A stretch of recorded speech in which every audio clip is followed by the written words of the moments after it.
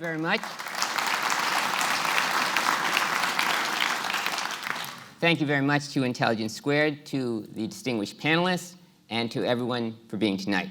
I'd just like to correct my distinguished opponent, John Julius Norwich, on a few things. He referred to Cardinal Eugenio Pacelli in 1917. He was not a cardinal until 1930. Touché. Yes. That's the least of your errors, I should say. He referred to the supposedly anti-Semitic letter. If he knew anything about the letter, if he read Professor Rishlak's book, he would know that that's complete mistranslation. He's giving the John Cornwell translation. It's been completely discredited. He never said, for example, Jews like all the rest of them. It was a mistranslation from German into English. So that's his second major error.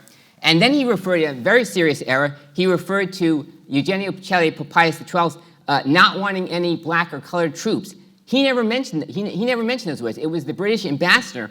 And just recently, let me say, I discovered the testimony of one Roy Ottley, who was the first African-American correspondent who was granted a special audience with Pope Pius XII.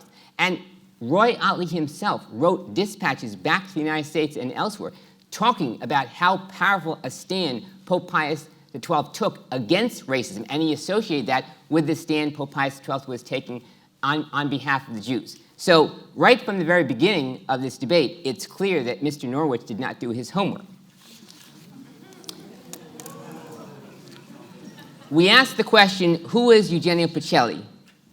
Who is the man that eventually became Pope Pius XII? And what specifically did he do on behalf of the persecuted Jewish people? And in order to answer that question, we have to make a critical distinction between the real historical Pope Pius XII and what might be called the non-historical Pope Pius XII. I think we had a good example of the non-historical Pius XII in much of the commentary that we heard from Mr. Norwich. The reality is that the allegations that he made against Pope Pius XII, that he was silent, that he was indifferent, that he was hostile to the state of Israel, these are completely untrue.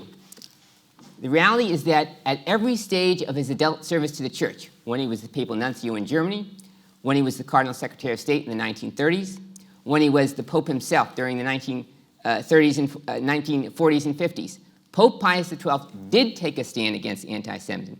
He did warn against Adolf Hitler early on, and he did intervene on behalf of his Jewish brothers and sisters. Let me cite you a few examples. As early as 1916, the department in which Eugenio Pacelli, the future Pope Pius XII, worked, issued a declaration condemning anti-Semitism that was recognized throughout the world.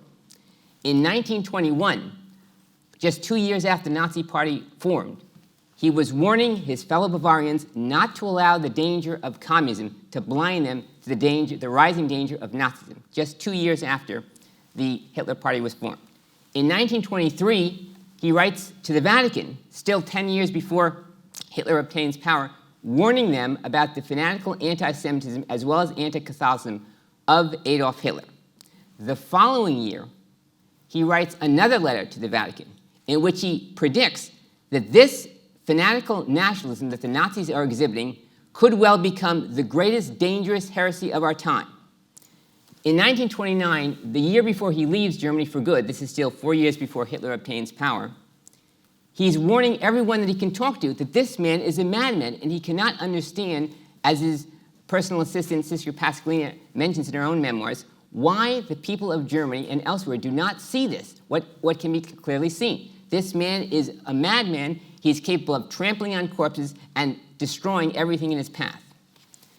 And then in 1930, the year he becomes Cardinal Secretary of State, one of the first editorials that appears in the Vatican's official newspaper is one that declares, "The party of Hitler stands condemned by the ecclesiastical authorities."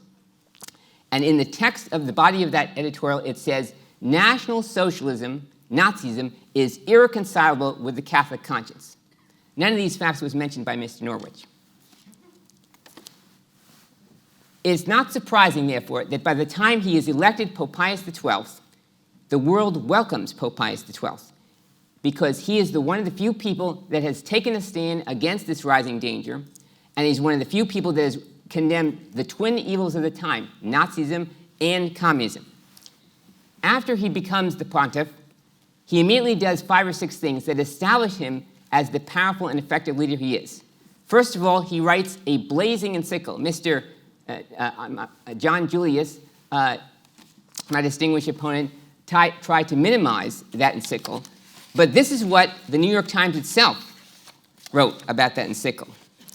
It said, presenting a picture of contemporary life as devastating as any of the Old Testament prophets could have done, the pontiff proclaimed his determination to step forward boldly.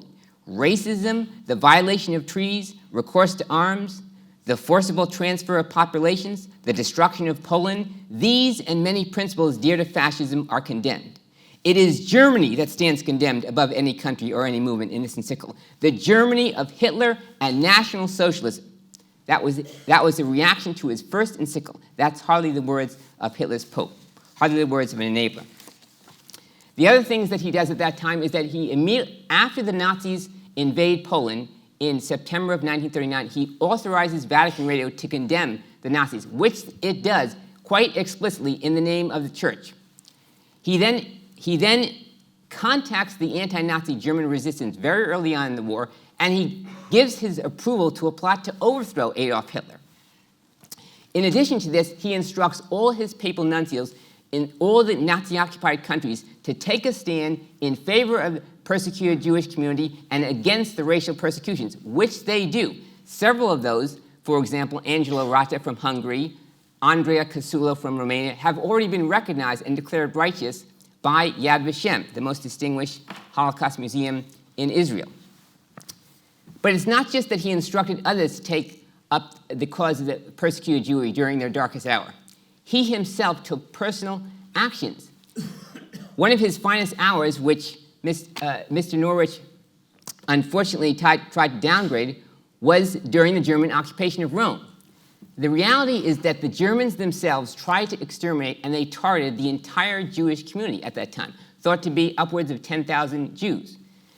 Because of his quick and decisive action, because he sent not 1, not 2, but 3 protests, and because he instructed all the Catholic religious and laity to open their institutions and do whatever they could to save the persecuted, over 85% of Rome's Jews were saved. It is not true that they were saved because other people did so. They were saved because Pope Pius XII issued his protest, and he did take a stand. And incidentally, it is also not true, because I've spoken to many of the Catholic rescuers, that he was silent. Vatican Radio was declaring what was going on at the time, and the Catholic rescuers themselves have said, Pope Pius XII was our leader. We heard his messages during those years, and because of that, we rescued the Jews.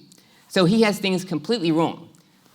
Now, it's often debated among historians how many Jews did Pope Pius XII and the entire Catholic Church save. Just recently, a very distinguished historian from Germany, Dr. Thomas Breckenmacher, said he thought that it was at least 100,000. That's on the conservative side of the scale. I've actually interviewed Sir Martin Gilbert, and when I asked him directly how many he thought that the entire Catholic Church, under the leadership of Pope Pius XII, saved, he said it was in the hundreds of thousands. Michael Burleigh, another great distinguished historian, also believes it's in the hundreds of thousands. So what I want to stress here, we are not talking about a low-scale or small intervention here and there. We are talking about a grand, global humanitarian effort that saved more than any other individual or institution at that time. Under no circumstances, therefore, could this resolution, which says that he did, quote, too little, be taken seriously. In conclusion, I'd just like to mention one story that many of you have probably not heard about, but I think which symbolizes the true worth and compassion of Eugenio Pacelli, Pope Pius XII. In 1917, the first time he got to, as a young papal nuncio, got to Germany, there was a Jewish musician by the name of Osip Gabrilowitsch. Osip Gabrilowitsch was arrested on false charges because an anti-Semitic pogrom was accusing him of being a spy. His wife was desperate. His whole family was desperate. They didn't know what to do. They didn't know who to turn to. They went to the politicians. They went to the police. No one would help them. Finally, they went to their own friend, Bruno Walter, another Jewish conductor. Bruno Walter was told in desperation, the only chance you have left is to go to see a church official. Perhaps he could help. And Bruno Walter, to his great credit, went to see the very young, very new Eugenio Pacelli, the papal nuncio, And in his memoirs, Theme and Variations, Bruno Walter says, we spoke to the very kind and generous papal nuncio, and he said, the very next day, Osip Gabrilowitsch, who had faced execution, was a free man. And it is of striking significance, ladies and gentlemen, when we talk about who Eugenio Pacelli, the real Pope Pius XII, was, that his very first decisive act as a papal nuncio, as a career church diplomat, was to save the life of a Jewish musician from an anti-Semitic mob. That's the real Pope Pius XII. That's why, when he became Pope 20 years later, he was such a good and compassionate leader. And I hope tonight we all open our eyes and we see that. Thank you all very much.